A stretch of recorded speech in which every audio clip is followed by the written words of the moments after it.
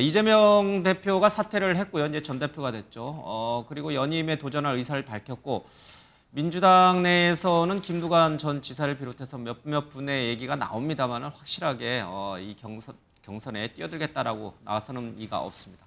잠깐 화면 보겠습니다.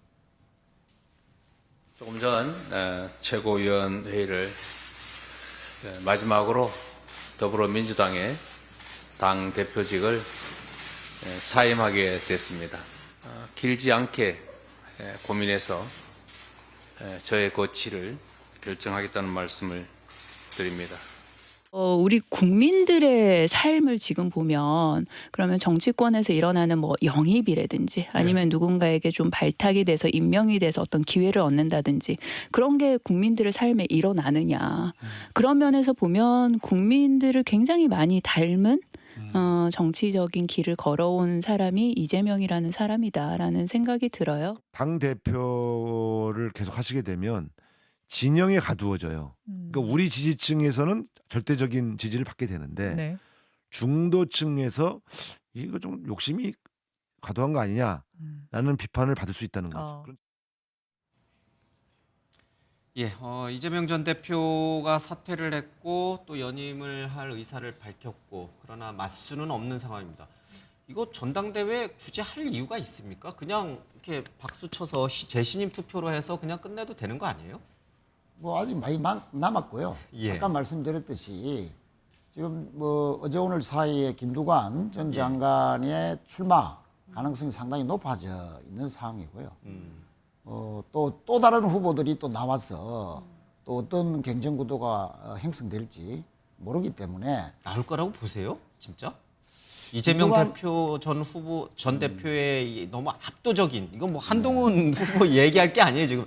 민주당은 너무 압도적이어서 전당대회 왜 하지 이렇게 의구심을 갖는 사람들이 많아요.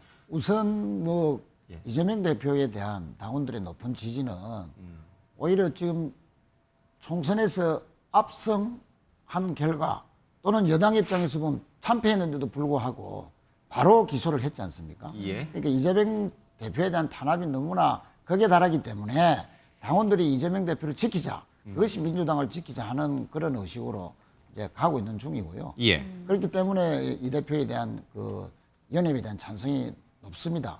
다만 김두관 전 장관이 이번 주에 보였던 경남에서의 여러 가지 행보들, 또 말이나 이런 것을 좀 엿들을 수 있었는데, 대표 출마할 수도 있겠다. 뭐 그런 예측이 어제 국회에서 상당히 강하게 출마할 수 있다 하는 것을 시사함으로써 김두관 전 장관의 출마는 거의 확정적으로 봐지고요. 김두관 장관이 결심을 이렇게 굳히는 그 이유는 우선 이제 나홀로 전당대회가 되면 이게 이재명 대표를 위해서도 별로 좋지 않고 당을 위해서도 좋지 않다 하는 그런 좀 판단이 있는 것 같고요. 두 번째, 이번 총선에서 사실 영남에서 저희 당이 상당히 참패를 했지 않습니까? 그 참패한 이유 중에 하나가 중앙당에서 이 영남에 대한 전략이 상당히 부족한 거 아니냐 하는 그런 문제의식을 상당히 갖고 있는 것 같습니다.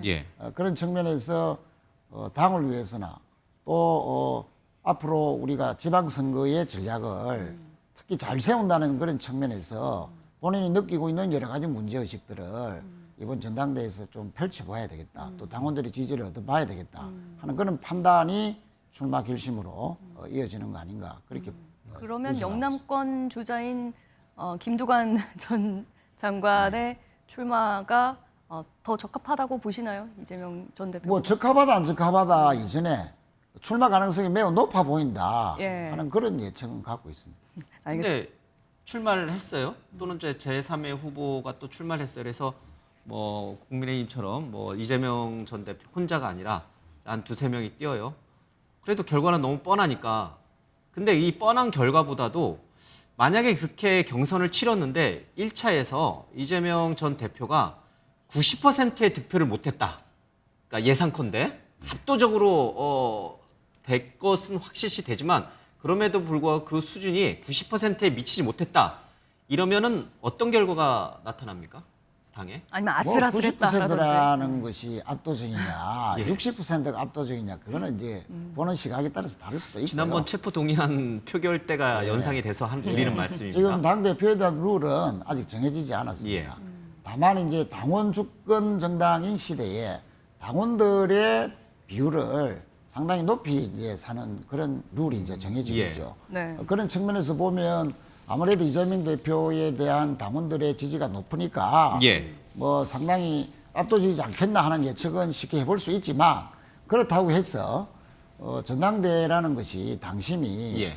또 이재명 대표를 지킨다는 측면도 있지만 또 당을 좀 더 역동적으로 예. 만드는 과정에서 또 어떤 표심을 발휘해야 당에 도움이 될까 하는 측면에서도 어떤 양상을 전개될지는 좀 더 지켜볼 일입니다.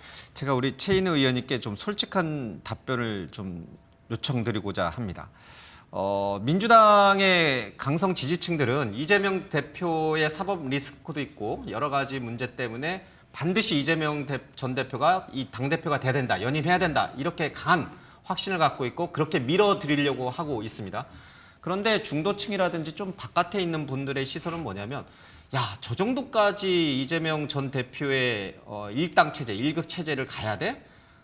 경쟁 상대, 나중에 대선에서 경쟁 상대가 될 수 있는 김동연 경기지사에 대해서 이른바 친명계 의원들이 저정도까지 공격을 해야 돼?